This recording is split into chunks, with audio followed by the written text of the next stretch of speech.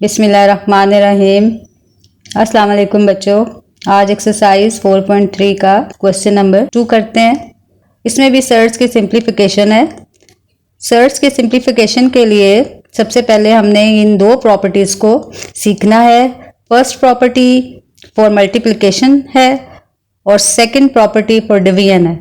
First property में इसको अगर आप देखें nth root of a multiplied by nth root of b equals to nth root of a b, यानी यहाँ पे दोनों अलग अलग रेडिकल साइंस के अंदर जो वैल्यूज़ थी उनको मैंने एक ही रेडिकल साइन में लिख लिया।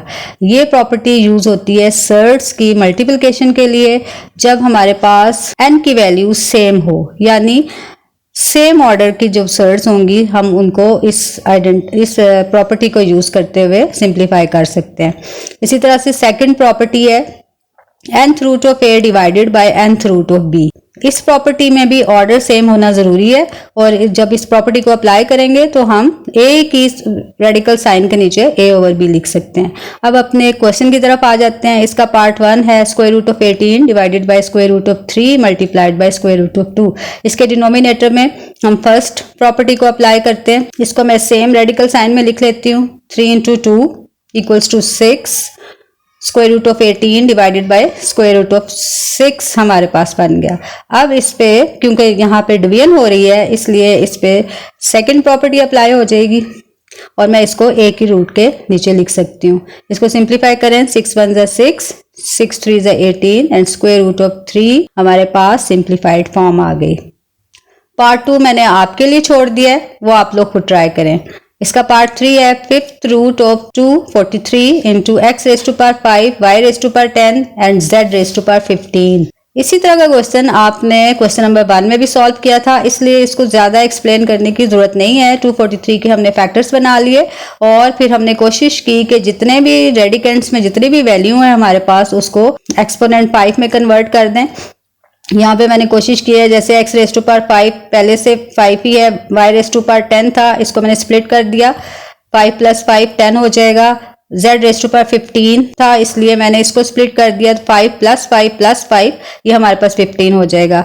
243 के जब फैक्टर्स बनाए तो 3 को 5 टाइम्स मल्टीप्लाई करें तो 243 बनता है, इसलिए इसको जब हम सिंप्लीफाई करेंगे तो ये 5 इस फिफ्थ रूट के साथ कैंसिल हो जाएगा और सिंप्लीफाइड फॉर्म में हमारे पास आंसर है 3x into y into z, 3 times z आ गया हमारे पास और 3x y square z cube इसकी सिंप्लीफाइड फॉर्म है।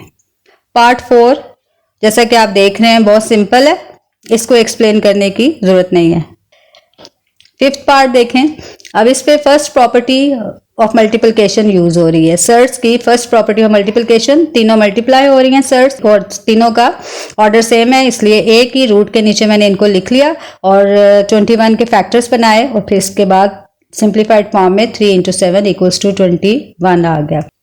अब क्वेश्चन नंबर 3 देखें। Simplify by combining similar terms. अब इसमें जो नई चीज आपको नजर आ रही है वो सिमिलर टर्म्स की। अब सिमिलर टर्म्स को हमें पहले समझना है। सिमिलर टर्म्स सर्ट्स में कौन सी होती हैं? Surds having same irrational factors are called similar surds. Surds की एडिशन एंड सब्ट्रैक्शन के लिए उनका सिमिलर होना जरूरी है। तो जो हमें गिवन सर्ट होगी पहले हम उसको सिंप्लीफाइड फॉर्म में कन्वर्ट करेंगे और उसमें से फिर सिमिलर फैक्टर को सिलेक्ट करेंगे। यहाँ पे पार्ट 1 देखें।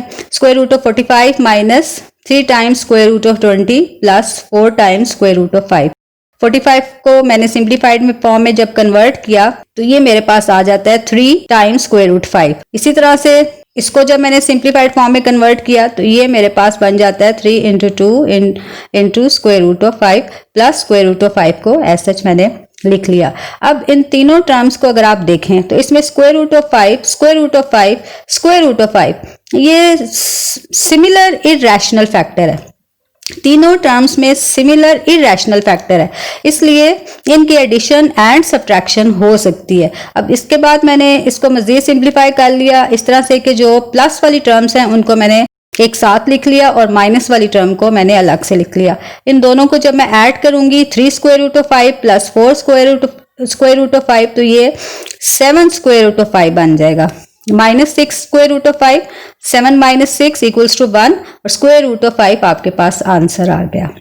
इसका सेकंड पार्ट इसमें भी वही एक्सप्लेनेशन है जो मैंने आपको फर्स्ट पार्ट में दी। पहले आप इसके फैक्टर्स बनाएं, फैक्टर्स बनाने के बाद फिर आप इन सारों में से, सारी टर्म्स में से सिमिलर इररेशनल फैक्टर को देखें। यहाँ पे square root of 3, square root of 3, square root of 3 and square root of 3, ये सिमिलर इररेशनल फैक्टर है। इसमें ये दोनों चूंकि प्लस और माइनस है, इनको हमने कैंसिल कर लिया और हमारे पास बच गया 8 square root of 3 plus 10 square root of 3। दोनों चूंकि ऐड हो रही हैं इसलिए 8 प्लस 10 18 स्क्वायर रूट ऑफ 3 इसका आंसर आ गया। पार्ट 3 देखें।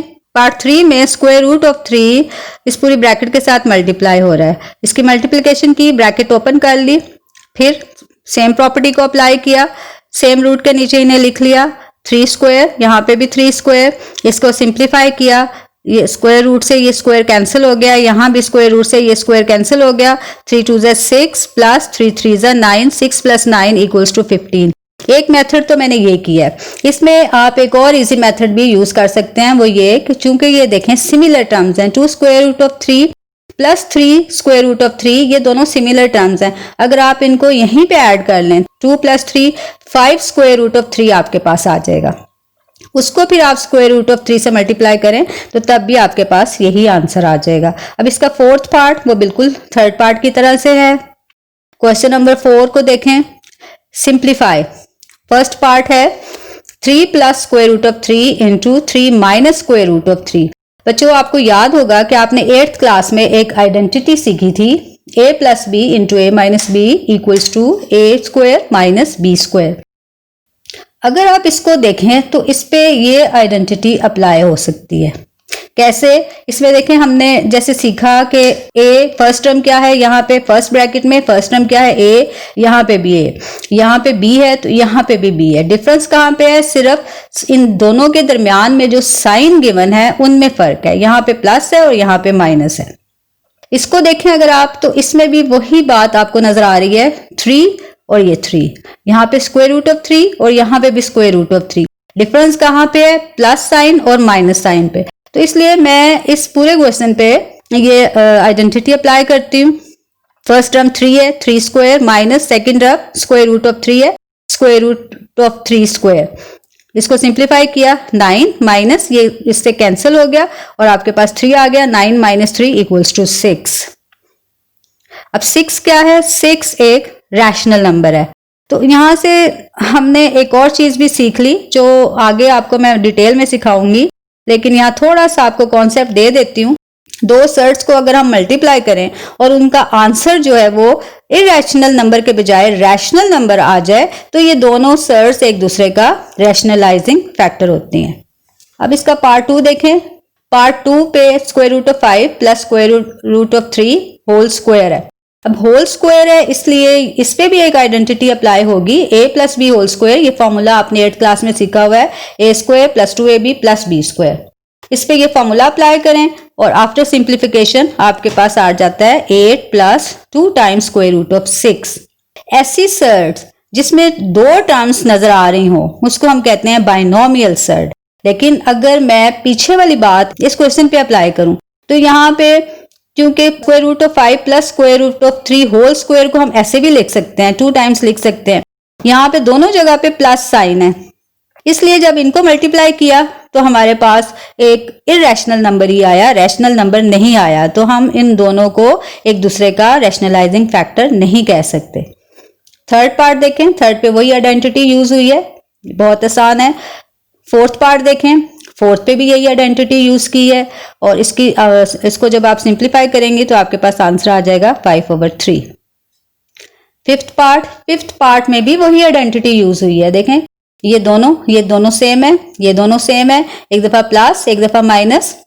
तो इस पे मैं फॉर्मूला अप्लाई करती हूँ, square root of x whole square minus square root of y whole square. ठीक है, अब ये वाली ब्रैकेट जो है ये लगानी जरूरी है। अगर आप ये ब्रैकेट नहीं लगाएंगे तो आपका ये स्टेप बिल्कुल गलत हो जाएगा। क्यों गलत होगा? इसलिए कि आपका ये स्टेप इस वक्त देखें सारी वैल्यूज मल्टीप्लाई हो रही हैं, तो जब आप ये ब्रैकेट नहीं लगाएंगे तो ये माइनस साइन आपको ये आपके पूरे एक्सप्रेशन को 2 टर्म्स में कन्वर्ट कर देगा। ये square root of y whole square इसके साथ मल्टीप्लाई हो रहा होगा और ये बिल्कुल अलग हो जाएगा, इसलिए ये ब्रैकेट लगाना बहुत जरूरी है। इस पे जब हमने आइडेंटिटी को अप्लाई किया हमारे पास आंसर आ गया, ये इससे कैंसिल हो गया, इसी तरह ये इससे कैंसिल हो गया, x माइनस वाई। यहां से हमने x प्लस वाई लिख लिया और इसको भी ऐसे ही कॉपी कर लिया। अब इन दोनों को अगर मैं देखूं तो इस पे फिर आइडेंटिटी अप्लाई हो सकती है। इस पे आइडेंटिटी अप्लाई की, फर्स्ट टर्म x है इसलिए x square minus y square. अब अगर इसको मैं दोबारा देखूं, इस पे फिर आइडेंटिटी अप्लाई हो रही है, तो x square whole square minus y square whole square equals to x raise to power 4 minus y raise to power 4। एक ही क्वेश्चन में एक दफा, दो दफा और ये 3 दफा हमने एक ही आइडेंटिटी को अप्लाई किया। तो ऐसा भी हो सकता है कि हम जब तक सिंप्लीफाइड फॉर्म में आंसर नहीं आ जाता, हम एक क्वेश्चन में एक ही आइडेंटिटी को एक से ज्यादा दफा अप्लाई कर सकते हैं। यहाँ बच्चों आपकी एक्सरसाइज 4.3 कंप्लीट हो गई। इसके बाद इंशाअल्लाह हम एक्सरसाइज 4.4 स्टार्ट करेंगे। उससे पहले मैं आपको रैशनलाइजेशन ऑफ सर्ट्स की एक्सप्लेनेशन दूंगी। अल्लाह हाफिज।